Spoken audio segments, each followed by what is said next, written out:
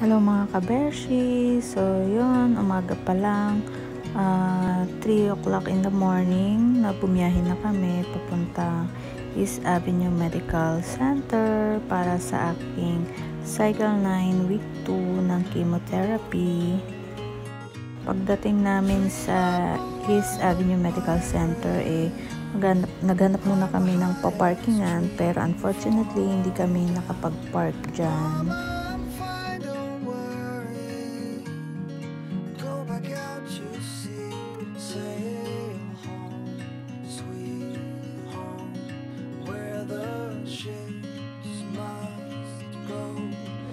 Hello mga kabeshi, so Cycle 9 Week 2 na po. Ang gamot ko ay trastuzumab at pertuzumab ngayong araw.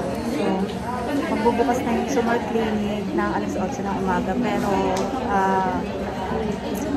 4:30 nandito na kami sa East Ave. Tapos 2 a.m. ako nagising kasi kaso at yun, kailangan maaga. Siyempre first come first serve pa rin tayo dito sa Sumar Clinic ng East Avenue Medical Center. So yun, madami nang naghihintay para makakin mo na yung iba. So, lagi tayo mag-pray mga kabeshi at always positive. Lagi natin surrender yung worries, yung takot natin kay Lord. So yun mga kabeshi.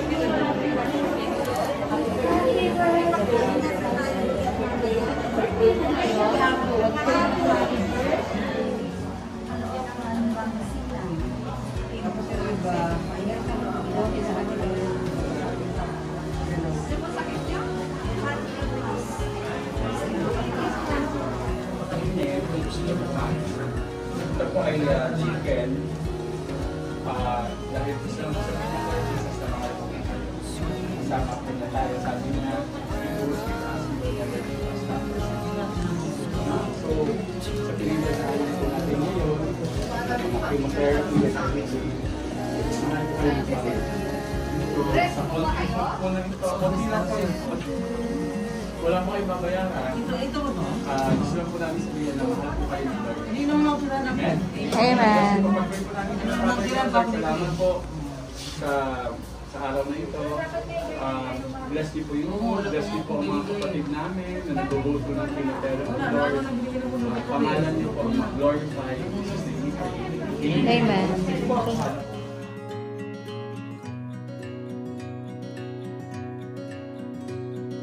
Ayun, since maaga tayo na kalista, maaga tayo dumating dito sa Sumar Clinic. So, maaga din ako napapasok sa chemo department kasi at ako din yung pangalawang naturukan. So, pero matagal din na ibigay yung gamot. Pero okay lang, worth it naman kasi natapos yung buong araw na maganda yung gamutan natin mga kabeshi. So yun na nga, ayan pala si Nurse Elsa. So wala si Nurse Bell, yung unang nagturok sa akin noon nung Cycle 9 Week 1 ko. Hindi ata siya pumasok ngayon. So yun nga, mabuti na lang yung injection, yung pang IV port cut na na injection is maliit lang. So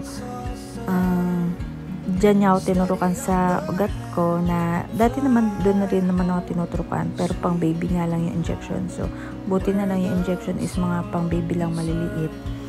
So yan, mabilis niya akong nalagyan ng pang IV para sa aking dextrose at para sa mga gamot na ipapasok mamaya.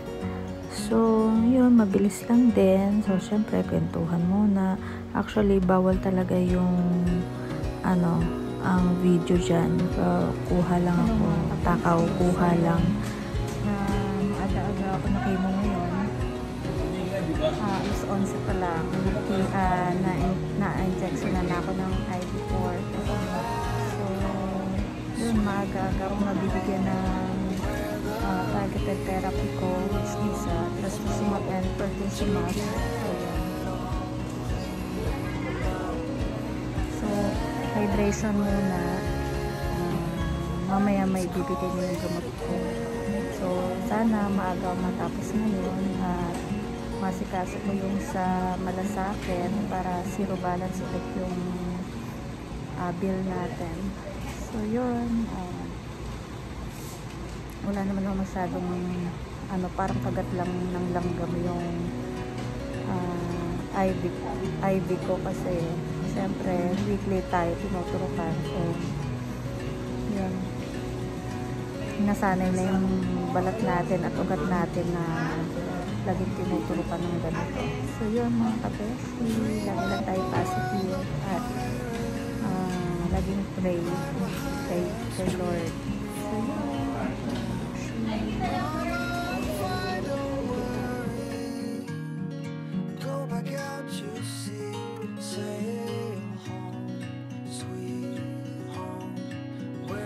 So, ito yung chemo department nila dito sa East Avenue Medical Center. So, yun, magsisimula na yung ibang magkikimo. Ayun na nga. So, diba, ang bilis na bibigay na yung huli kong gamot na trastuzumab. So, yan. Tapos na yung aking pertuzumab. Yun yung nauna ko. Sabi ko, pahinga lang muna kasi grabe yung antok ko dyan. O, diba, nagpapakyat pa kasi patapos na ako mga kabeshi. So, yun. Tatanggalin na nga ang aking Aviport kasi tapos ng aking chemotherapy, targeted therapy, which is trastuzumab and pertuzumab. Nag-combine siya. Yan talagang magandang gamutan, lalo na pag HER2 positive ang result natin, which is triple positive po ako mga kabeshi. Pero sige, fight lang at syempre lagi lang tayo magpipray na syempre curable naman ang ating sakit. So, wag lang tayo mawala ng pag-asa at lagi lang malakas ang ating loob, lalo na sa ating gamutan. So, yun, tinatanggal na nga ni Nurse Elsa ang aking IV. So, syempre, hindi naman masakit yan. Tapos na tayo, mga kabesh. So, maghihintay na lang tayo ulit sa nurse station para sa mga home premise instructions. So, yun. Sa nurse station na home premise instructions. So, waiting na lang kami dito. Yan. So, yung iba hindi pa nakikimo, pero konti na lang din naman sila. So, pinalakad ko na rin kay kuya ko yung sa PhilHealth ko doon sa malasakit para masiro balance ulit tayo. So, yun mga kabeshi, thank you. At wala naman masyadong side effect. Mainit lang talaga sa katawan or mainit lang talaga yung panahon. So, yun mga kabeshi, thank you sa lahat ng mga nagpipray. Siyempre, huwag pa rin tayo mawala ng pag-asa. Lagi tayo magpipray. Ayan. Kasi nandiyan lagi si God. God is with us. Ayan. Waiting na lang tayo sa nurse station na tawagin ulit tayo. Thank you mga kabeshi ulit. Busy sila kasi madaming pasyente. Uwian na for a full day in the hospital. So, one day lang naman tayo mag-spend ng oras at panahon sa hospital. At the rest, pahinga naman tayo ng 1 week. Yun. And I'm so thankful mga kabeshi kasi yung protocol ko sa private hospital at nung lumipat ako dito sa public hospital is nasunod siya. At syempre also thank you to Dr. Hernandez kasi talagang tinulungan niya ako na masunod yung protocol ng gamutan ko kahit nasa public na ako. At libre. It's free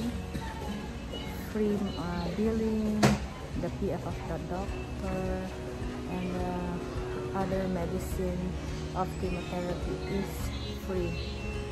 But may isa akong gamot na pertuzumab, yun lang yung binibili ko. Kasi yun talaga yung recommend ng dating oncology doctor. So, siyempre malaking kaginhawaan din yan mga kabeshi. Kasi talagang malaki yung gastos pag nasa private ka. At malaking luwag pag lumipat ka na ng public. Pero siyempre, tagaan lang tayo. Lagi tayong maaga lagi. At okay lang din naman sa akin yung talagang maaga din naman talaga ako gumigising. So, mas okay na rin yung maghintay tayo ng matagal kaysa yung mali tayo dito. Gabi na rin tayo matatapos. So yun mga kabeshi, lagi tayo mag-iingat at mag-pray. Thank you very much. Uwian na mga kabeshi.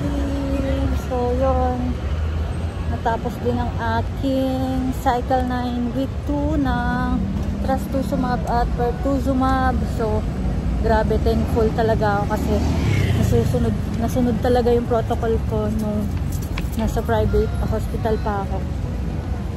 At ang bait din ni Dr. Hernandez talaga kasi nasundo ko rin talaga siya. So yun mga kabeshi, ingat-ingat tayo sa pag-uwi. Uwi na kami.